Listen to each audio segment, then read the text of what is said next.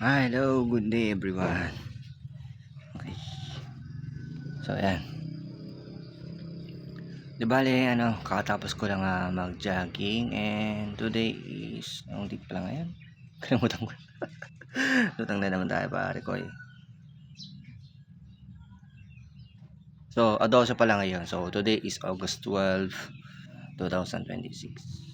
So, yun, unang-una, kakatapos ko mag-jogging and kakauwi ko lang dito sa bahay. So, meron akong gustong i-share sa inyo na dalawang news. It is a good news and bad news. So, unahin na muna natin yung good news. So, yung good news, so marahil nagtataka yung iba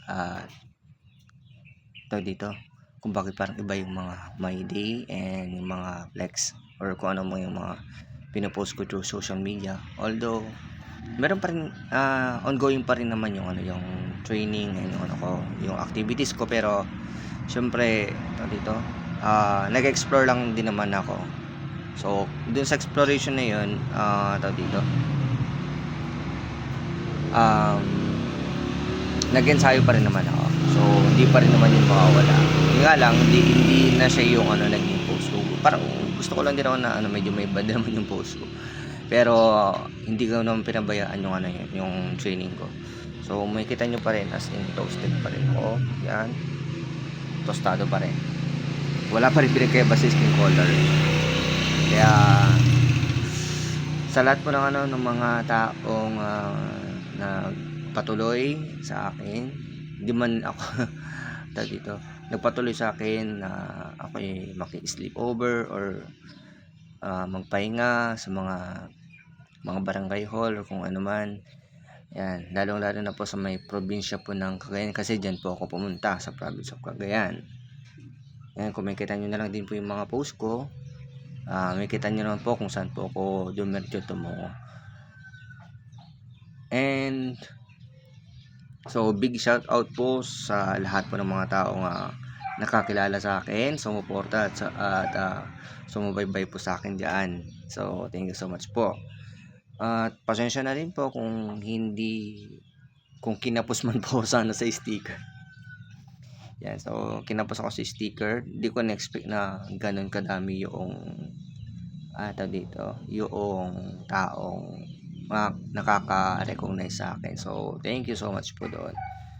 And actually, hoping next time na pag mapapadown ulit ako sa probinsya ng Cagayan, ay mabibigyan ko yung mga taong humihingi or mga nagre-request na mabigyan din sila ng sticker. So, yun lang. So, thank you so much po sa lahat po ng mga taong sumuporta, sasabi sa akin, Idol, ride safe. So, thank you so much po. I highly appreciated that. And the bad news is eto. Yung kung maalala nyo po yung post ko noon na sa kaibigan kong from Czech Republic. Yan. Di bale, kanina umaga lang nag-chat sa akin, nangamusta, ganito ganyan. Then, di kalaunan, sinabi niya sa akin kung ano yung problema.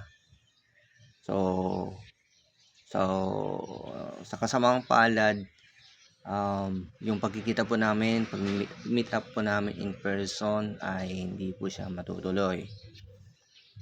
Dahil na personal matter po. So, supposed to be yung uwi pa niya talaga sana is sa August 23.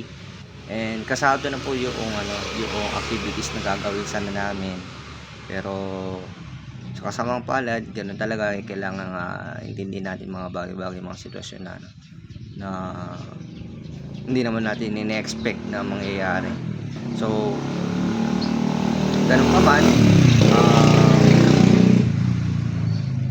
sabi niya sa akin, tumingin din siya naman siya ng sorry sa akin, kasi nga dahil sa gusto niya at gusto ko din naman na ma-meet namin yung isa't isa, pero wala kaming magagawa, ganun talaga. Kaya someday somehow, hindi ko na lang sasabihin ko yung mga matters na niya, pero someday somehow na magkikita kami at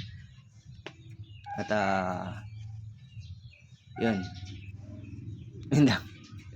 sad to say lang sa bagay na yun. So, yun lamang po. Maraming salamat and God bless po sa ating lahat.